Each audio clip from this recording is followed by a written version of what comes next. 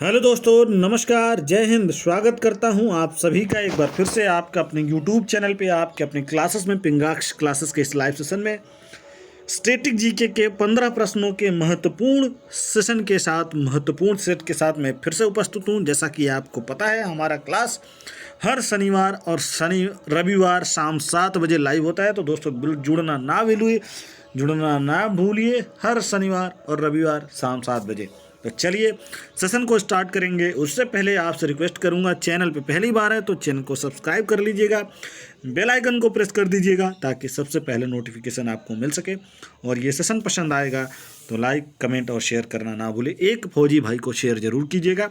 चलिए स्टार्ट करते हैं आज के दिन का स्टैटिक जीके का ये 15 प्रश्नों का महत्वपूर्ण सेशन, महत्वपूर्ण chapter. Strategy GK for army Agniveer aspirants, army और अग्निवीर उम्मीदवारों के लिए स्ट्रेटेजी जीके। पहला प्रश्न आपकी स्क्रीन पे ये रहा। बाबर मूल रूप से कहाँ का शासक था? बताइए दोस्तों, बाबर मूल रूप से कहाँ का शासक था? Option A Kandahar, option B Takshashila, option C Punjab और ऑप्शन डी फरगाना। तो सही आंसर है ऑप्शन डी फरगना या फरगाना। फरगाना का शासक था बाबर। चलिए प्रश्न नंबर 2 देखिए। तो बाबर को भारत पर आक्रमण करने के लिए आमंत्रित करने वालों में कौन शामिल नहीं था?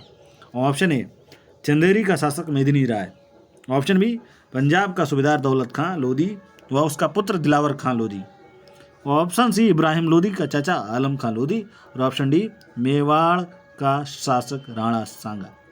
तो सही आंसर है ए चंदेरी का शासक मेदिनी राय।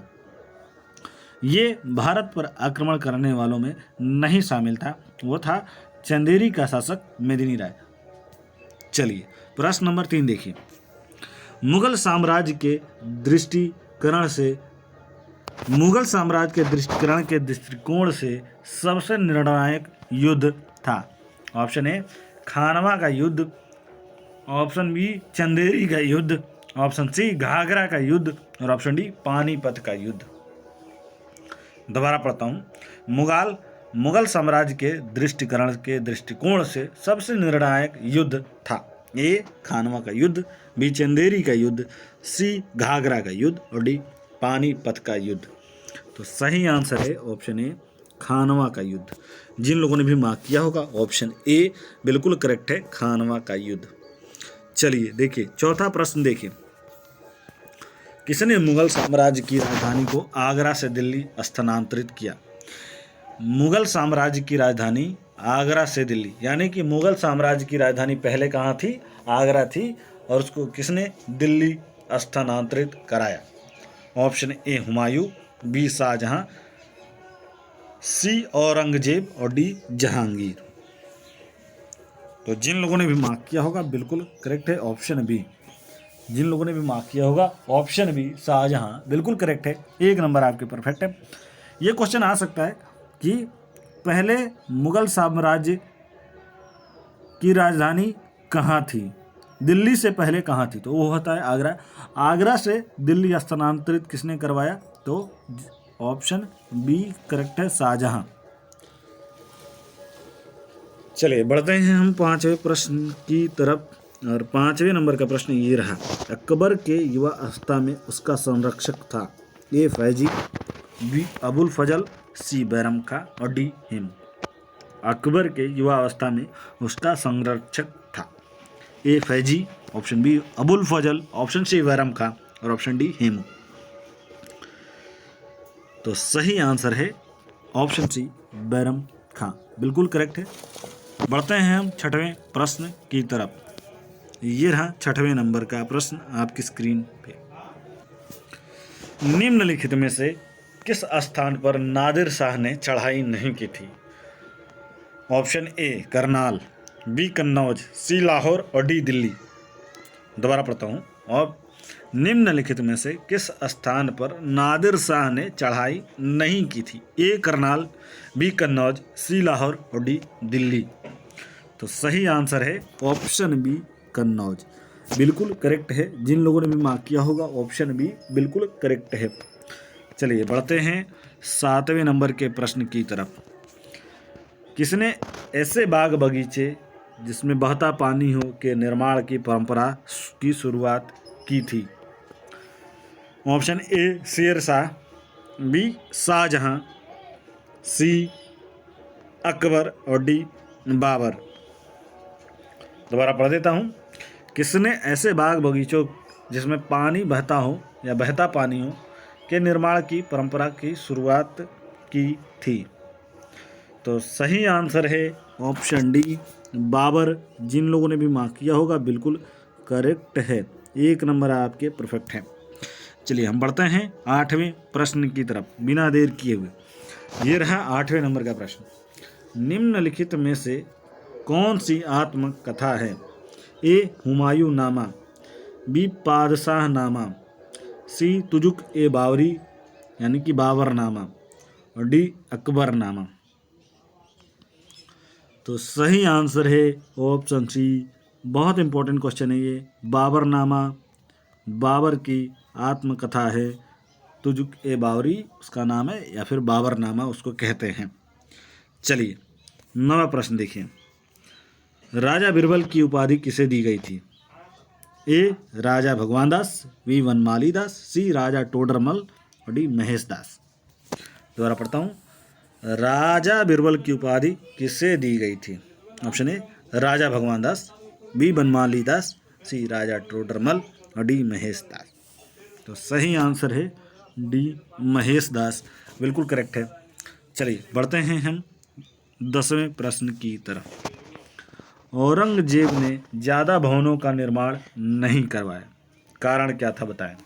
ऑप्शन ए वह मितव्ययी था, बी उसने अपने शासनकाल में निरंतर युद्ध करने पड़े, सी उसे वास्तुकला में कोई रुचि नहीं थी, डी राजमिस्त्री उपलब्ध नहीं थे। सही आंसर है उसे अपने शासनकाल में निरंतर युद्ध करने पड़े। अगेन द लॉन्गर वन, यानी जहाँ आपको कोई समझ में ना आए उसमें ज़्यादातर चांस होता है बड़ा वाला, तो लॉन्गर वन।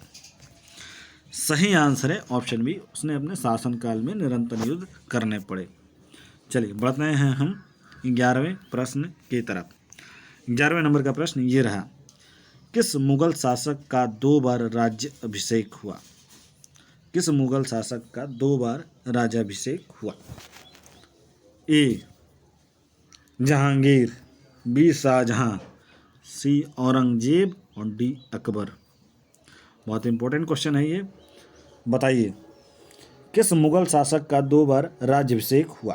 तो सही आंसर है औरंगजेब का 2 बार राज्याभिषेक हुआ। चलिए देखते हैं 12वें नंबर का प्रश्न।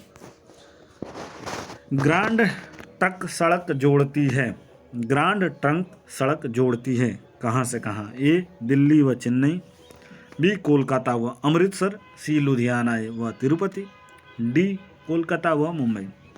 तो सही आंसर है कोलकाता व अमृतसर ग्रांड ट्रंक सड़क जोड़ती है। चलिए 13वें नंबर के प्रश्न की तरफ बढ़ते हैं और 13वें नंबर का प्रश्न आपकी स्क्रीन पे ये रहा। वर्ष 1526 ईस्वी में लड़ी गई पानीपत की पहली लड़ाई में बाबर से कौन पराजित हुआ था? Option A Mohammad bin Tughlaq, option B Alauddin Khilji, option C Ibrahim Lodi, option D Sher Shah Suri. ये बहुत इंपॉर्टेंट क्वेश्चन है इसलिए मैंने लिखा है इधर VIQ, वेरी इंपॉर्टेंट क्वेश्चन। और दोबारा पढ़ देता हूँ ये प्रश्न। वर्ष 1526 ईस्वी में लड़ी गई पानीपत की पहली लड़ाई में बाबर से कौन पराजित हुआ? तो सही आंसर है इब्राहिम लोदी, ऑप्शन सी बिल्कुल करेक्ट है। चलिए 14वें नंबर का प्रश्न देखते हैं। 14वें नंबर का प्रश्न ये रहा, यानी कि सेकेंड लास्ट आज के दिन का। हाल ही में किसने उड़ीसा के चांदीपुर में MRSAM मिसाइल का सफल परीक्षण किया? ए स्पेस एक्स, बी नासा, सी इसरो और डी DRDO। तो सही आंसर है ऑप्शन डी DRDO।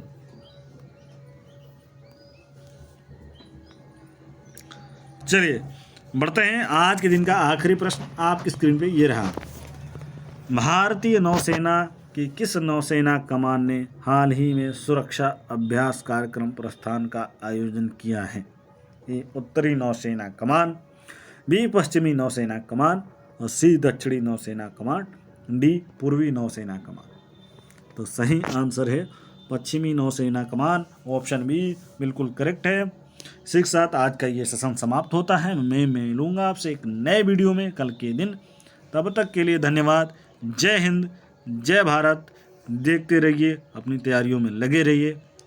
जय हिंद, जय भारत, शुभ दिन।